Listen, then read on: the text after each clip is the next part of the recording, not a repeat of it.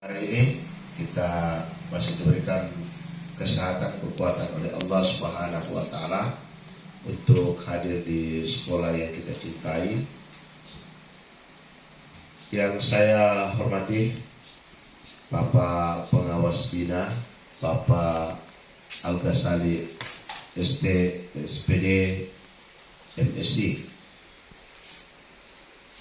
Kemudian Bapak Ibu guru yang saya hormati pula, pada pagi hari ini sesuai dengan informasi yang saya sampaikan 2 hari yang lalu bahwa insya Allah pada hari Sabtu tanggal 17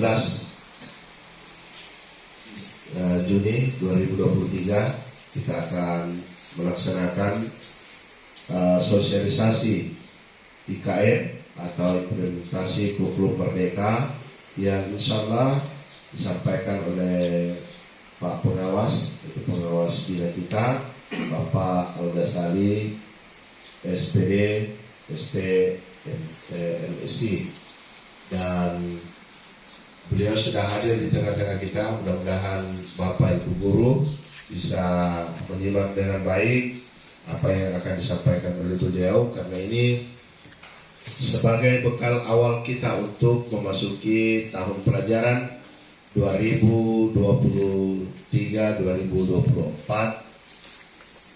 Baiklah, walaupun ada itu untuk sebagai awal pembuka pada sosialisasi implementasi kurikulum merdeka ini yang dilaksanakan di SMP Negeri 1 Ngaling, dan kepada Bapak Pengawas Bina, Bapak Al-Ghazali ST, SPD, MSc, saya persilakan dengan hormat untuk menyampaikan materinya. Terima kasih. Assalamualaikum warahmatullahi wabarakatuh. Waalaikumsalam warahmatullahi wabarakatuh. Alhamdulillahirabbil alamin. Wassalatu wassalamu ala asyrafil anbiya'i wal mursalin wa ala alihi washabihi ajmain. Kita bersyukur, alhamdulillah hari ini kita diberi kesempatan kesehatan sehingga bisa berkumpul untuk bersosialisasi, berbagi, menyatukan pemahaman kita tentang IKM ini. Jadi hari ini kita tidak membahas tuntas tentang kurikulum merdeka, tetapi kita mencoba menyinggung lah ya, atau berbagi, menyamakan persepsi apa itu IKM dan apa yang akan kita lakukan untuk ber-IKM itu ya. Kita satukan dulu apa itu IKM ya, kemudian nanti baru kalau sudah ada kesepahaman kita lanjut, kita coba identifikasi kira-kira apa nanti kira-kira hambatan Bapak Ibu guru setelah paham IKM begini, kira-kira apa hambatannya untuk menjalani itu. Identifikasi juga ya, mungkin ada kelebihan-kelebihan kita yang membuat kita siap untuk masuk IKM. Jadi baik identifikasi kondisi guru maupun sekolah.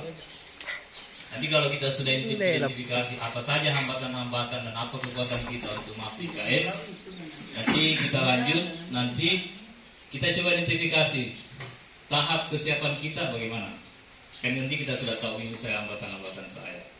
Lalu kita pelajari dengan kelebihan dan kekurangan itu, tahap sekolah kita sekarang itu sampai di mana tahap kesiapan kita untuk ber-IKM. Nah, nanti kalau sudah itu terakhir kita coba susun apa yang akan kita lakukan. Ya, kalau bisa sebelum tahun ajaran baru sudah adalah yang kita lakukan. Ya, kita lanjut Pak Ibu. Jadi tahap pertama ini ya sudah ya. Nanti kita coba identifikasi apa kira-kira hambatan kita. Kemudian kita buat identifikasi bagaimana kesiapan kita. Lalu kita buat RTL. Ya, baik Bapak Ibu. Kita gabungkan tadi pemahaman kita ya, bahwa kurikulum merdeka IKN, implementasi kurikulum merdeka ini adalah upaya pemerintah untuk memulihkan pembelajaran dengan mewujudkan transformasi pendidikan di Indonesia ke arah yang lebih baik atau efisiensi. Ya. Kurikulum merdeka ini dikembangkan sebagai kerangka kurikulum yang fleksibel. Ya. Kurikulum darurat. Yang ketiga baru kurma, kurikulum merdeka. Kurma ini Bapak Ibu ada 2 jalur. Jalur pertama, pemerintah mengadakan program sekolah penggerak. Nah, dan dulu itu 2 SD, 1 SMP, 1 TK, 4. Itu mereka wajib menggunakan kurikulum merdeka secara penuh. Tapi dia dianggari oleh pemerintah. Dari pusat 120 juta tahun pertama. Dan itu full untuk kegiatan. Ya, kemudian ada jalur lain. Kalau memang sudah merasa sudah bisa kita masuk di kurikulum merdeka, silakan pilih jalur mandiri. Nah, mandiri ini terbagi 3. Di mana posisi kita? Mandiri belajar. Ya. Apa itu mandiri belajar? Pak Suparman, apa itu mandiri belajar, Pak? Silakan dibaca.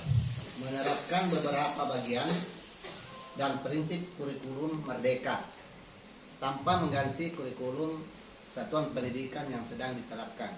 Nah, sekarang kita masih di ke-13, tetapi kita masuk juga di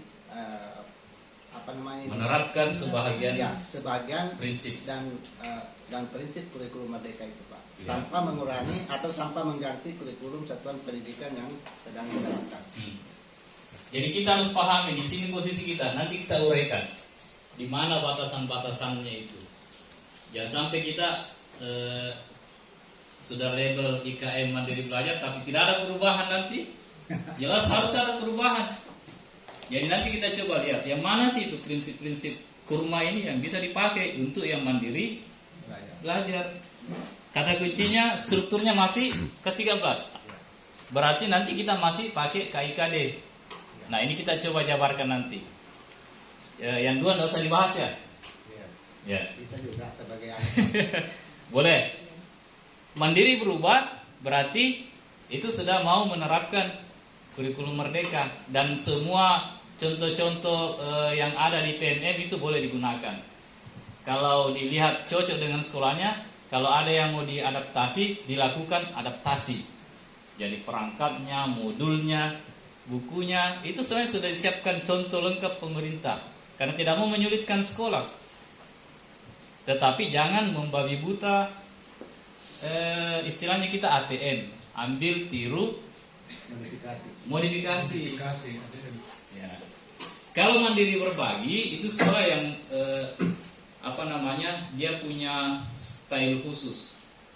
Jadi kalau dia memang berbeda dengan sekolah yang lain, maka dia merancang sendiri